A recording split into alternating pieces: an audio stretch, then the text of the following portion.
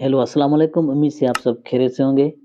जैसे कि आज का हमारा वीडियो लेक्चर जो है, वो क्लास 9th बायोलॉजी के चैप्टर नंबर 7 बायो एनर्जेटिक्स के टॉपिक नंबर 7.3 रेस्पिरेशन। इसके बारे में पहले हमने पढ़ा फोटोसिंथेसिस क्या होता है, उसके इफेक्ट्स और डिफेक्ट्स क्या होते हैं, क्यों ज़रूरी है, क्यों नेसेसरी है। हमने प्लांट के बारे में ऑलमोस्ट स्टडी कर ली। अब खुद हम एज अ एनिमल्स रेस्पिरेशन क्या है। सो we run a fuel. It utilize oxygen yield energy in the form of light, heat, etc. हमारे सराउंडिंग्स जो भी चीजें हो रही हैं वो कंज्यूम कर रही हैं कुछ ना कुछ।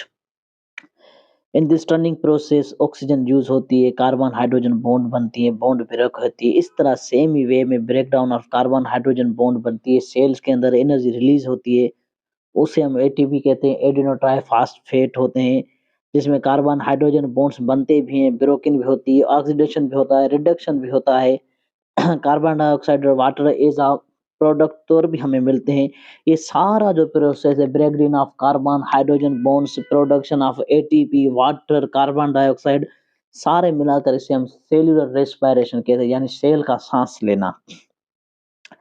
सेल्यूलर रेस्पिरेशन फूड ऑक्सीडेशन कैसे होता है, carbon dioxide while O2 reduce हो जाती है वाटर के अंदर। सबसे पहले एरोबिक और एनएरोबिक। अब एरोबिक क्या है? Without oxygen. In aerobic with oxygen. अब आप इसे थोड़ा कॉमनली समझें। The most common fuel used in cell get energy is cellular respiration in glucose. सबसे कॉमन जो सेल फ्यूल या एनर्जी तौर इस्तेमाल करते हैं वो कौन सा सब्सटेंस है? वो है glucose. The way glucose is oxidized depend upon the availability of oxygen. Glucose कैसे होगा? ये सारा डिपेंड करता है उस सेल की ऑक्सीजन की स्टेट के ऊपर। The cellular respiration occurring in the presence of oxygen is called aerobic respiration. अगर वो cellular respiration presence of oxygen में हो तो उसे हम कहते हैं कि वो क्या है? Aerobic respiration. while all dead occurs in sense of oxygen is called, अगर वहां पे ऑक्सीजन मौजूद ना हो तो उसे हम एनारोबिक रेस्पिरेशन कहते हैं।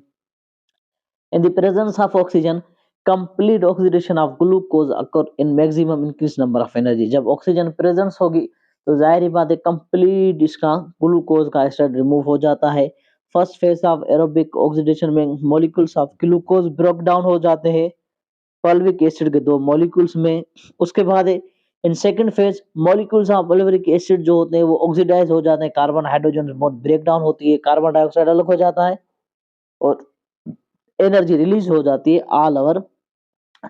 जो ग्लूकोज और ऑक्सीजन मिलकर रिएक्ट किया, कार्बन डाइऑक्साइड के कितने मॉलिक्यूल बने? छह मॉलिक्यूल बने हमारे वाटर के। उसके बाद हमें एनर्जी मिली। अब उसके बाद एनएरोबिक रेस्पिरेशन जिसे हम फर्मेंटेशन कहते हैं। In the sense of oxygen glucose is incompletely oxidised with less amount of energy release. Anaerobic respiration में क्या होता है? ग्लूकोज कम, आप कह सकते हैं, इस्तेमाल होता है। In aerobic respiration, the first phase is exactly similar to that of aerobic respiration.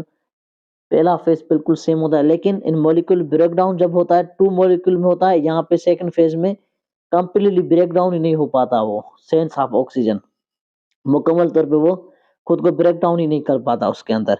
It transfer into ethyl alcohol या लैक्टिक एसिड में कन्वर्ट हो जाते हैं। In this way many carbon hydrogen bond unbroken left रह जाती हैं और इस हिसाब से हम इसे अल्कोहलिक फर्मेंटेशन या लैक्टिक एसिड फर्मेंटेशन भी कहते हैं। अल्कोहलिक यीस्ट के अंदर होती है। Anaero anaerobic respiration pyruvic acid further break down हो जाता है, इसके अल्कोहल में कन्वर्ट हो जाता है। वहां पे फर्दर वो ब्रेक डाउन नहीं होता, यहाँ पे ब्रेक डाउन होकर carbon dioxide as a product हमें मिलती है, वेस्ट। लैक्टिक एसिड में क्या होता है? स्केलेटल मसल्स ऑफ ह्यूमन और अदर एक्सट्रीम फिजिकल एक्टिविटीज के बाद लैक्टिक जो होती है वो रिलीज होती है, मिल्क के अंदर मौजूद होता है। एनोबिक रेस्पिरेशन में ये मॉलिक्यूल्स कन्वर्ट हो जाते हैं लैक्टिक एसिड के अंदर। C2H6O3 दो कार्बन के मॉलिक्यूल, 6 हाइड्रोजन के मॉलिक्यूल और 3 ऑक्सीजन के मॉलिक्यूल मिलकर लैक्टिक एसिड बनाते हैं। अब इंपॉर्टेंस क्या है फर्मेंटेशन की? When life evolved on the earth, early land water habits do not have supply of free oxygen. पहले जब लाइफ बैक्टीरिया के जमाने से स्टार्ट हुई, हम कहते हैं bacteria first living organism consider करते हैं हम एवोल्यूशन के जमाने में। वहां पे इतनी कारगर कंडीशंस तो नहीं थी ना, तो वो रेस्पिरेशन कैसे लेते थे? वो एनएरोबिक के तरीके से रेस्पिरेशन लेते थे और उनको अवेलेबिलिटी ऑफ ऑक्सीजन उस टाइम नहीं थी। फंजी हो गई, बैक्टीरिया हो गए, मोस्टली वो एनओरोज कहते हैं हम उसे। जो एनारोबिक की तरह रेस्पायर करे। Human can also provide energy in their skeletal muscle through anaerobic respiration. हमारी मसल्स के अंदर सिर्फ एनारोबिक रेस्पिरेशन होती है, उसकी वजह से लैक्टिक एसिड प्रोड्यूस होता है, मसल्स को ताकत मिलती है। It happens when skeletal muscles have to hard work, exercise करनी हो या कुछ और ज्यादा। Scientist have use fermenting abilities of fungi और बैक्टीरिया, उनको बेनिफिट बेनिफिट के लिए बनाते हैं। फर्मेंटेशन आप कह सकते हैं, हम जो होती है बैक्टीरिया की यूज करते हैं चीज में योगार्ट बनाने के लिए, यीस्ट जो होती है उसके बनाने के लिए। बेकिंग इंडस्ट्री में इसका बहुत ज्यादा यूज होता है। सोया सॉस में फर्मेंटेशन बहुत ही ज्यादा इन्वॉल्व होती है, फंगस इसमें ज्यादा इन्वॉल्व होते हैं। फंगस जो होते हैं एस्पेगुलस, ये इसका नाम है, ये इसमें बहुत ज्यादा इंडस्ट्रीज में यूज होता है। Thank you.